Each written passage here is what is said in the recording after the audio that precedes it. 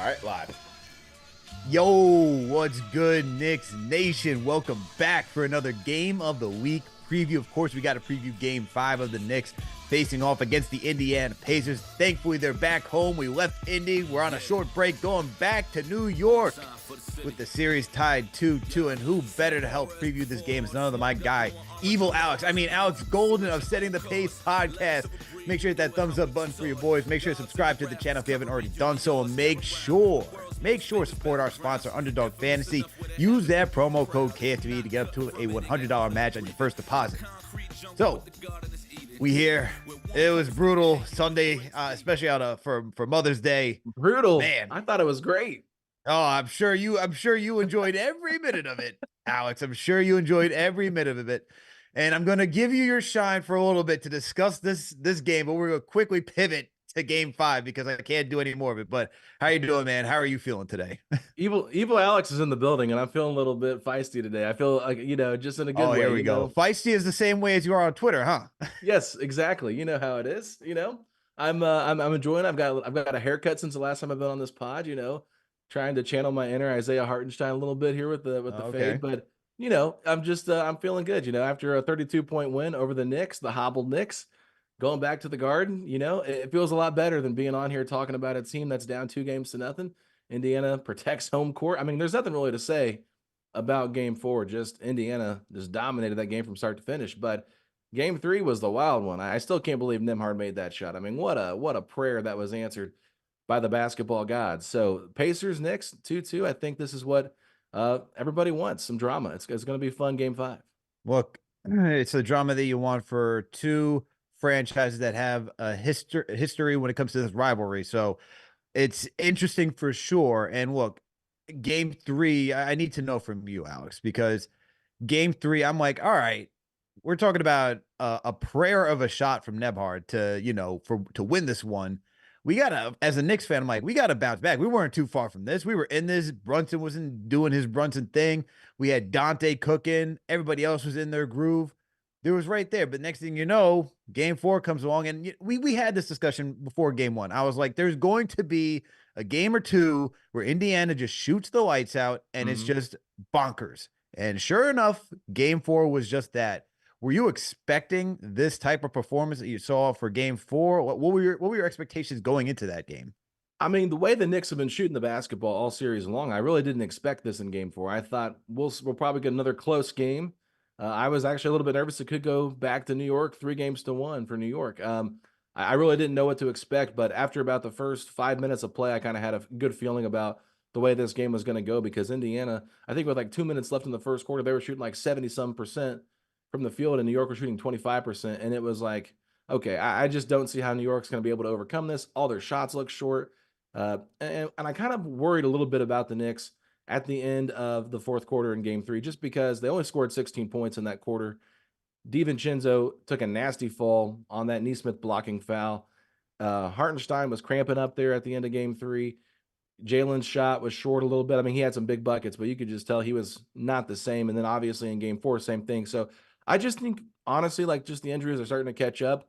And I had a feeling the Pacers bench would bounce back after a not so great showing in Game 3. I think they scored 14 points. Alec Burks matched the Pacers bench in scoring in Game 3. So I had a feeling that would be a much different, storyline in terms of Game 4. But I didn't expect, for Halliburton to keep playing the way he's been playing, Siakam just to, not be able to be stopped by anybody on the Knicks. So it just felt like that game in Game 3 was really just that, to me, could be like the pivotal game for what this series ends up becoming, because the Pacers go down 3-0, like this series is over. But did the Knicks, go too all out in that Game 3, and the injuries are going to catch up with them? I don't know. I think it's a really interesting storyline to keep an eye on. Yeah, it's for sure an interesting storyline. At some point, everyone's been talking about the battle of attrition it had to catch up at some point where you see guys just playing 40+ minutes every single night. You see that injuries are starting to pile up. Guys are playing with some level of discomfort. You even saw Hartenstein take a nasty fall on his shoulder.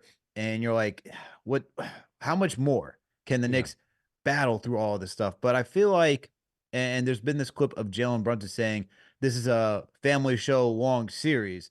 It seems like these guys especially according to Ian Begley, he thinks that they had a like a team meeting after Mhm. Tom Thibodeau left the locker room. So I'm expecting there to be some vigor, some energy coming into Game 5 with Madison Square Garden. I believe that the crowd's going to be behind them, and the only thing they can do is just burn the tape after they learn from what their mistakes were, which was mostly a low energy thing, right? A lot of the Yeah. shots fell short.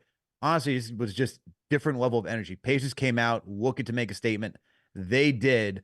Knicks just could not buy a bucket. Everything they were trying to do. I mean, I knew it was going to be a long night as soon as I see Brunson get a one-on-one matchup in transition for an easy layup, and it just hits the front iron. I'm like, Mhm. front of the rim, whatever you want to call it. And I'm just here saying, this is just, it's going to be one of those days. It's Mhm. going to be one of those days. And as much as I wanted to see the Knicks fight back as they've done this entire postseason and get back into this game, the third quarter came around. It was just, you just got to give these guys a break, let them recover. I mean, to me, these games have just been so close with so little rest for both teams. Obviously, there's no advantage for either side, but to then play Friday and to have less than 48 hours to go back and battle again, to me was just, we really doing these to these guys? Less than 48 hours. We're not even going to 2 full days before they go back out there and play. And then matinee game, Mother's Day, it was just screamed all nasty from the Knicks standpoint. Obviously, Indiana did what they had to do. You saw it was in the fourth quarter. Everyone decided to take a break. It's like, all right, guys, everybody else just empty their bench, on to the next one. And that's all you could do as a Knicks fan, man. Mhm. Just you can't. There's not even much to take away from this past game because it was just guys looking exhausted, not hitting shots, and we're starting to see from the Knicks standpoint the lack of OG Anunoby on this team.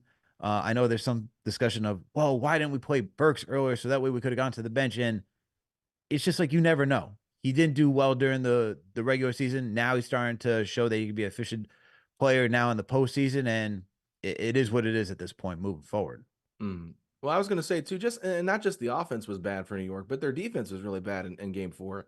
Their Yeah. rotations were terrible. I mean, I don't know how many open shots the Pacers got from three, but I think that really just helped with their confidence because when you're taking uncontested 3-point shots and you're having that much room to shoot it, you're just going to get more and more confident. Like the basket becomes an ocean, you're just throwing the ball into it. So, yeah, definitely, like you said, burn the tape, move on. It's only one game out of the series, and that's kind of the nice thing. It's not like all the scores add up to each other, and you figure out who wins the series after 7 games, and you add all the scores. It's just, hey, one game is one game, whether you win by 3 or whether you win by 32. They all wins count the same. So I think what happened after the game, where the guys the meeting in the locker room, players only meeting. I definitely expect New York to bounce back in Game 5. I know that the short turnaround was a big thing that people are talking about, but Pacers had the short turnaround too. The thing is, the Pacers just have a little bit more depth, and they're healthier right now, obviously, than New York. But I will say this: everybody that's kind of pushing back on Indiana for getting lucky playing teams with injury prone teams or whatever like that. I'll just say this: like OG Anunoby, the injury to him is obviously a big bummer. But when you trade for OG Anunoby, you have to know going into it, like you're trading for an injury prone player. This is a great player when he's healthy. But how many times have we seen him get hurt in the regular season, in the postseason?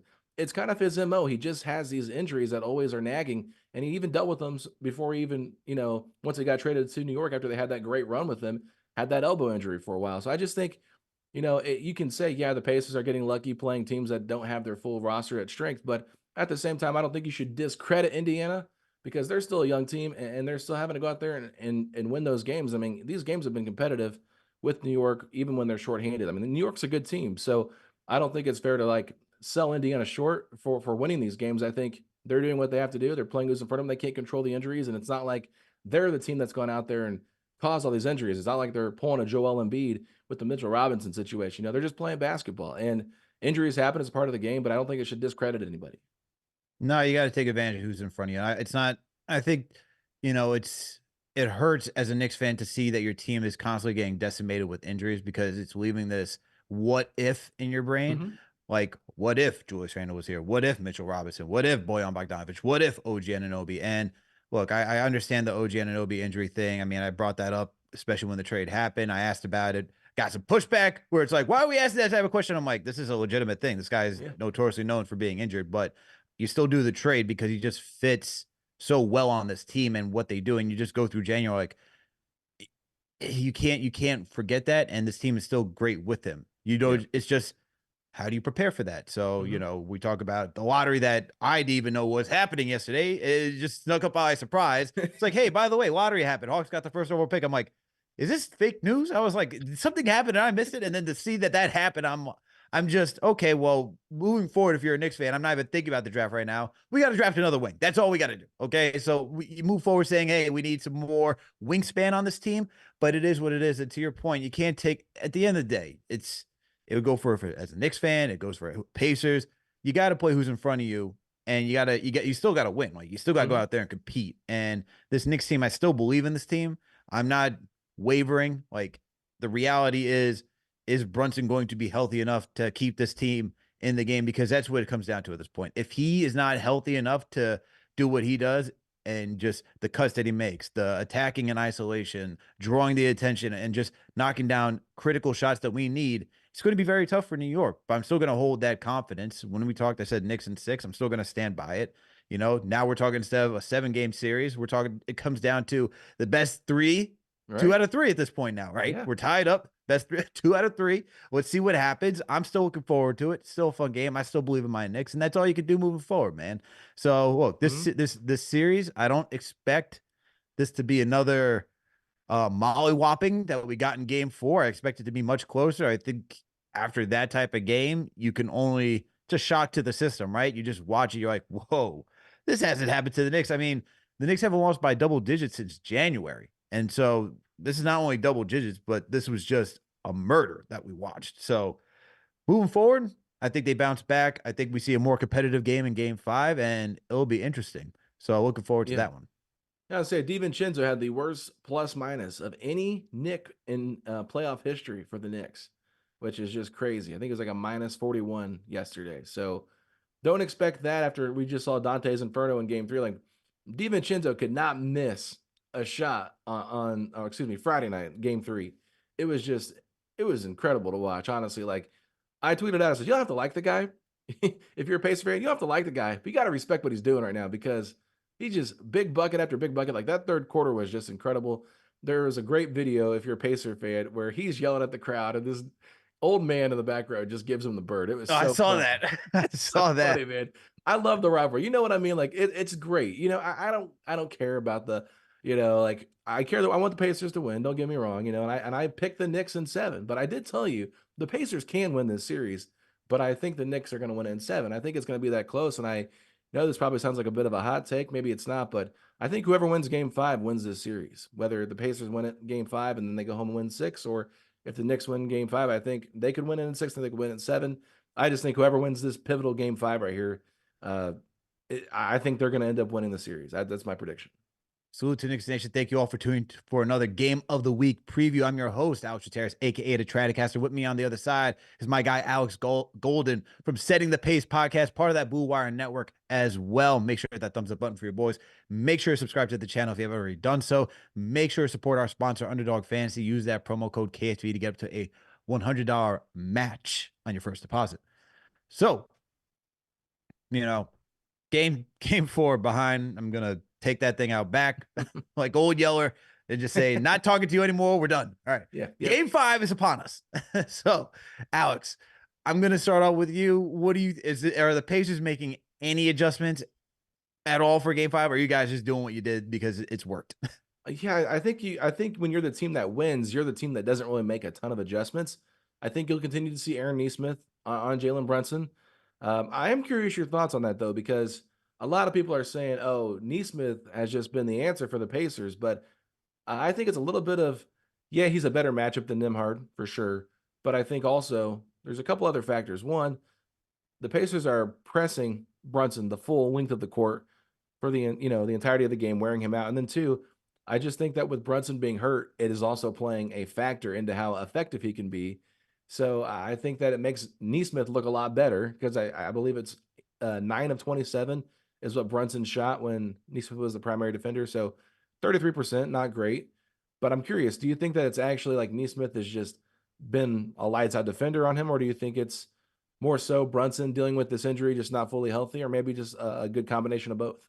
I'm going to say I'm going to say it's more so from the injury than it is necessarily Neesmith's defense. And this is it's a combination of both, but I'm going to lean more so towards the foot injury Yeah, because we're seeing that he's been a little bit more hesitant in his decision making when it comes to attacking. We're seeing that he doesn't have that same explosiveness to get to his spots and just to bully ball his way down and get to the cup. So definitely that foot's got to be bothering him.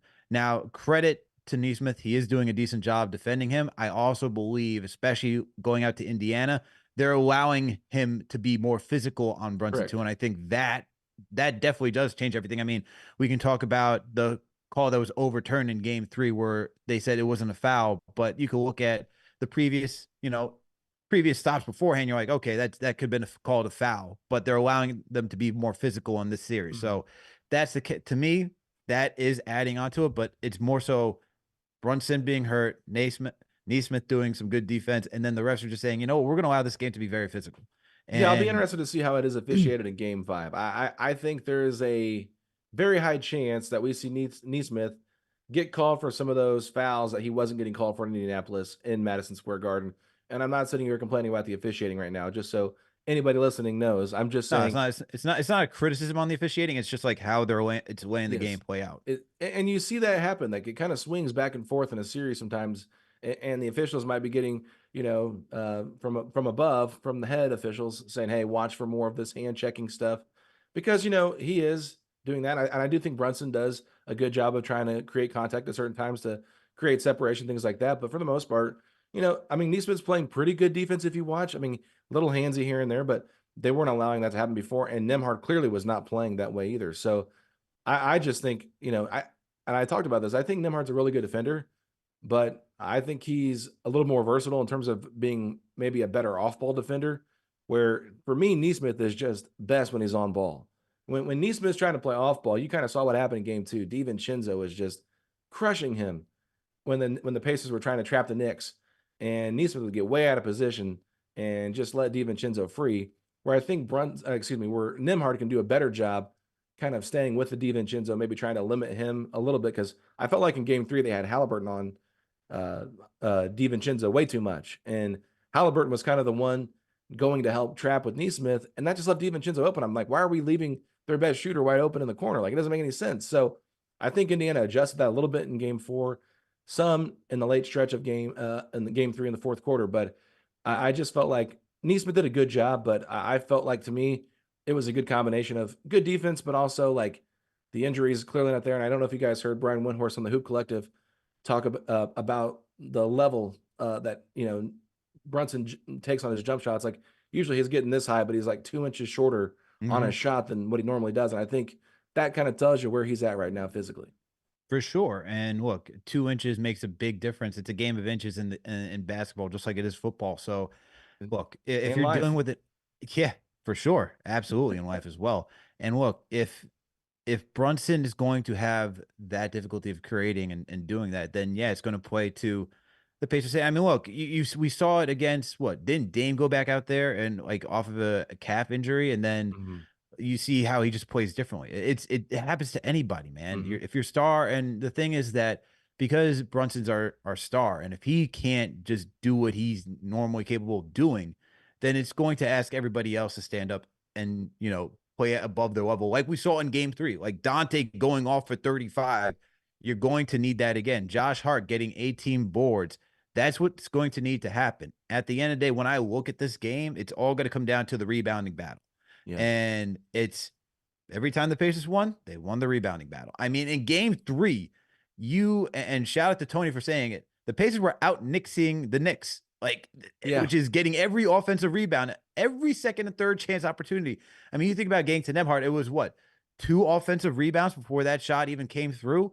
And Mhm. so it's stuff like that where at late game situations, it's all about hustle and who wants it more at that point. As cliche as it sounds, that's what it's going to come down to. And for the Knicks, I don't know.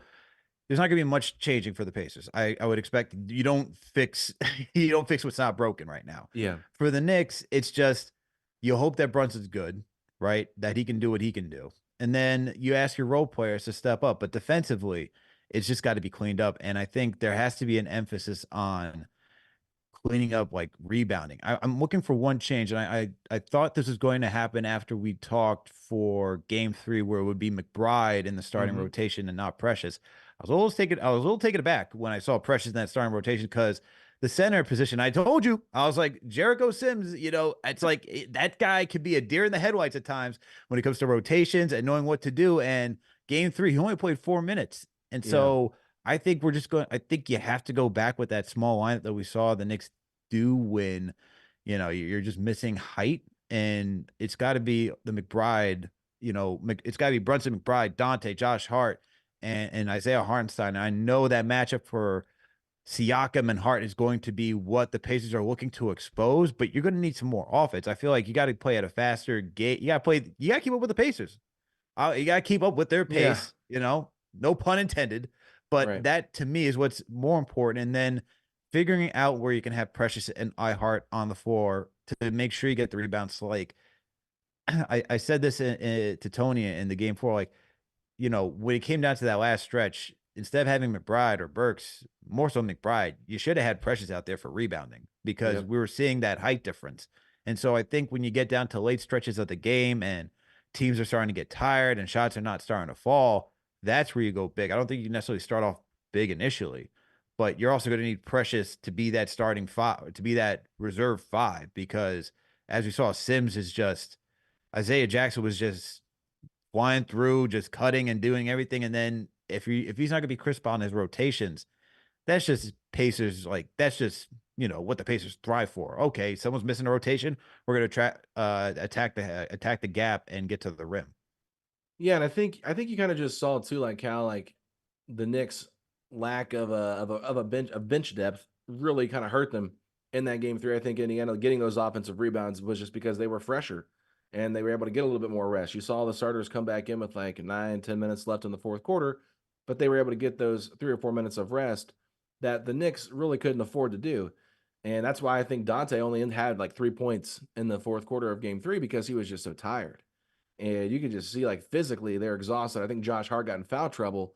So with the foul trouble though, I think the Knicks kind of showed their hand a little bit on something they could maybe try and do a little bit more in this next game. And I think that's where you might see Josh Hart actually guard Miles Turner. And then you put Isaiah Hartenstein on Pascal Siakam. And I think the reason I like that for New York a little bit is because we know Turner is more of a floor spacer than he is someone that's going to go down low and really beat you with the height advantage. Now he'll do it from time to time. He's gotten better at it, but it's just not really his bread and butter.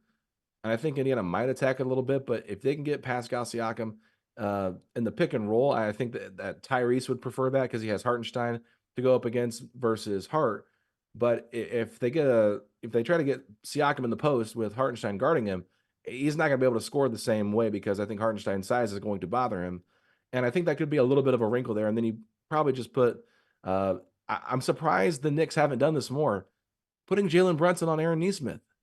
Aaron Nesmith, I said at the very beginning of this series, he's probably the easiest person to guard on the Pacers starting 5. He's not going to do much besides maybe cut a little bit or catch and shoot. They'll run pick and rolls with Nimhard to allow him to kind of run the offense here and there if he has a mismatch.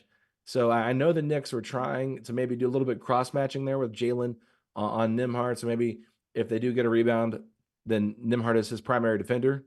But I just think that it could make a little bit more sense to maybe save Jalen a little bit of work defensively if he's guarding Nesmith instead, because you really won't see Nesmith set a lot of screens, things like that. He's just kind of very simple with what his offensive role is. So that is another interesting adjustment I think the Knicks could make. But I do expect them, like you said, to go smaller because they did that in the second half of game 4, trying to change things up a little bit. And Alec Burks has played pretty good in games 3 and games 4 off the bench. So I think if you can get just, you know, 10 to 12 points from him, that feels pretty good. And I think we did just see a little bit too much of him in game 3. I think he ended up having 2 3-pointers, 3-point attempts when the game was kind of in the balance that he didn't make. I think he hit him off the backboard, went off the rim, and McBride ended up going in for him. I think you kind of just have to be very careful with his minutes. Don't play him too much, but I think he can help you. Who, McBride, you're saying? No, I'm saying Burks can help you Oh, off the Burks. Oh, bench, Burks. I was but like, you just can't keep him out there when the game's on the line. because I don't know, like he might be able to hit a three, but like he just was not those shots that he was making earlier in the game. He was not making in the fourth quarter when it was crunch time. I felt like I he missed a few of You talk those. about for game 3 or game Game 4? three, yeah, because Okay. he did shank two of those.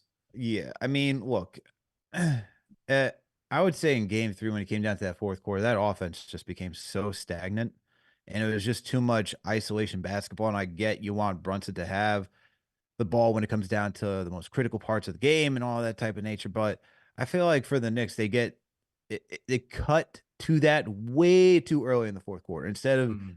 because you'll see, beginning of the game, it will be, oh, look, we're good ball movement. Maybe second quarter, it starts to deviate away from that and it gets a little too stagnant at times, which has become very common.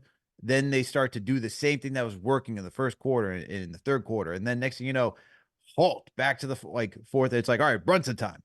And for the most part, you can't complain because Brunson shows up and he's doing it. But now with the nagging injury, you're gonna have to adjust and make sure that other guys are involved because you don't want anyone to cool off, man. And with regards to Burks, I mean, you still got to trust him at this point. I mean, we don't have Bogdanovich. I'm pleasantly surprised at how well he's performed in game 3 and game 4. He's more, in the flow of the offense because prior to that, it was just he was so out of rhythm during the regular season. Mhm.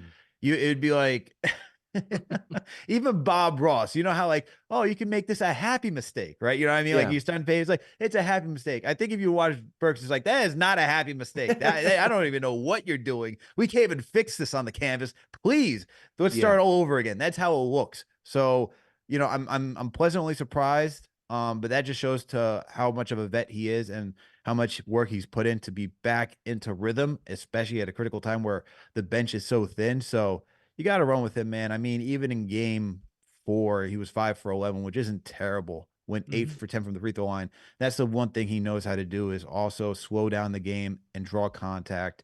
So I think if he could do what he did in game 4, and then the Knicks as a whole can just pick up what they were doing in game 3, the Knicks should be in a good place moving forward. It's going to come down to though, like, are these guys well rested enough to go? Because you're like, I joked about this and said, "Oh wow!" In game 3, you sat Josh Hart for like 5 minutes, and that was too much of a time. You might have to go back to playing 48 minutes, but do they have the legs to continue to do that? Yeah, that's the only problem with New York right now. It's just that's a lot of wear and tear, and this series has been so fast paced. I saw some tracker on Yahoo. I forget if it was on like Instagram or whatever, but they were tracking the miles that have been ran in this series, and Josh Hart was just like ridiculously higher than everybody else because of the amount of minutes he's playing, the amount of floor he covers with what he does. Like he's a really respectable player. Even if you're an opponent, watching him play against you, you might hate the guy during the game, but like you got to respect what he's doing. 18 rebounds is just impressive. He has a nose for the basketball. He's really playing hard.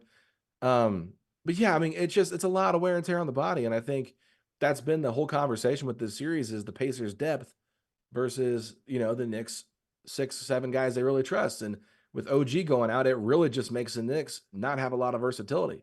They don't have anybody that can be kind of that four that can guard big and smaller people. Like it's just losing OG was, I think, like the icing on the cake for like the Knicks and just like trying to overcome all these injuries. Like you can deal with that Mitch Robinson. I think you can overcome that. You can overcome Julius Randle not playing because of how well Brunson had been playing. But then you lose another big, like it just makes you so depleted. And Bojan to me, like, okay, like he might have been helpful in this series, but he didn't have a great stint with New York, like 10 points a game. Like, yeah, that's helpful. How much would he have been impactful defensively? Like he's getting a little bit older. I don't know what his level of impact would have been.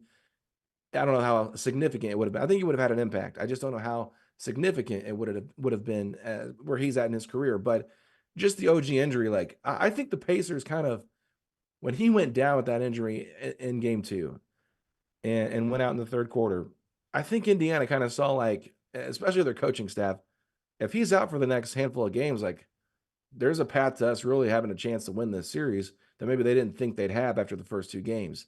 And that might have been what kind of persuaded Carlisle to go after the officiating after game 2 a little bit, to have that gamesmanship and say, okay, they're not calling it this way. I mean, I was so impressed with New York's uh, play in game 3.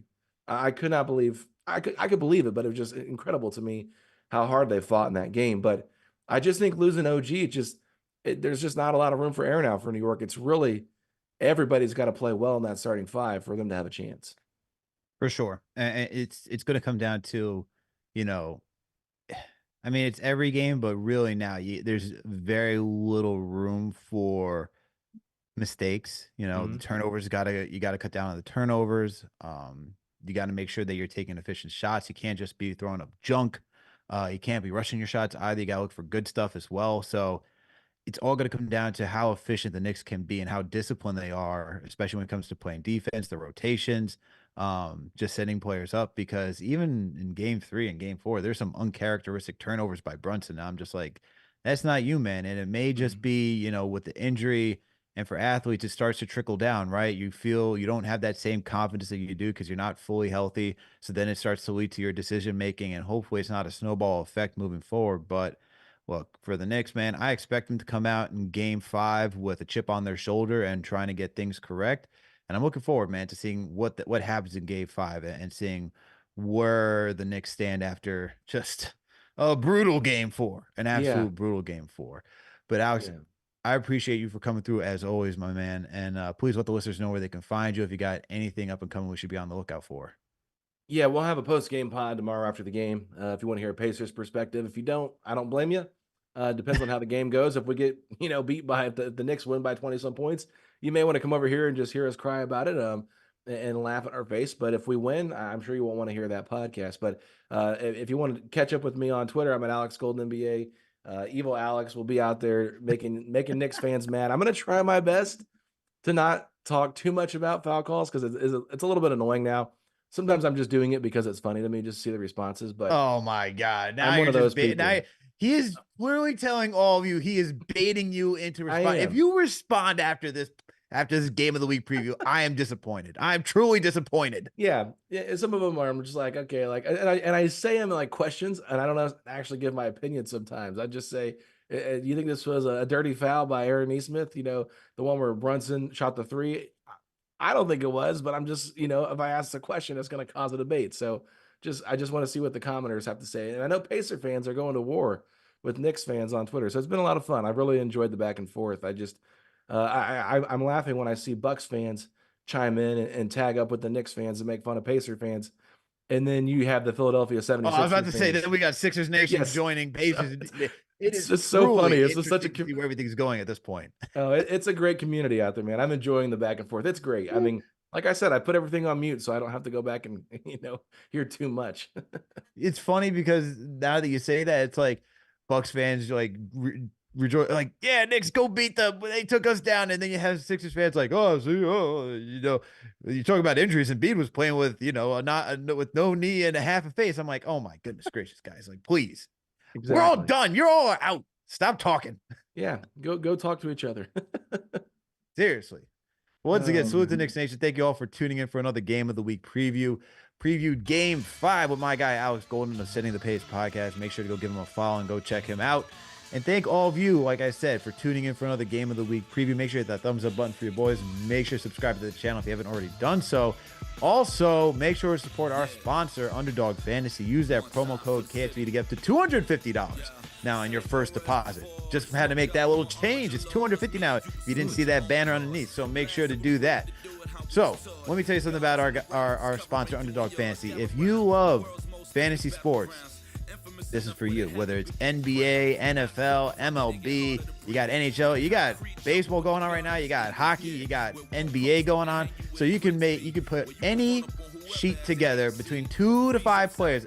The only thing I say, they cannot be players from the same teams. In this case, it has to be someone from the Knicks, Pacers, or you could have someone from the Knicks, maybe someone from the Yankees. You can do many different schematics to put together a ticket for yourself, and all you got to do is just choose higher or lower on any statistical category. So points, rebounds, assists, the combination of all 3. That's all you got to do, and you choose higher or lower, and all you got to do is I like to put down $5, and sometimes I like to go mostly the insured route. That way I know if I choose 5, all I need is 4. That way I get a little bit of earning back. So there's that route for Underdog Fantasy, and there's also the draft where you can have 2, 3, 4 people, and you can just put a little money in, get so much money the next day. You draft a team, positionless, like the NBA is now, as they say, positionless.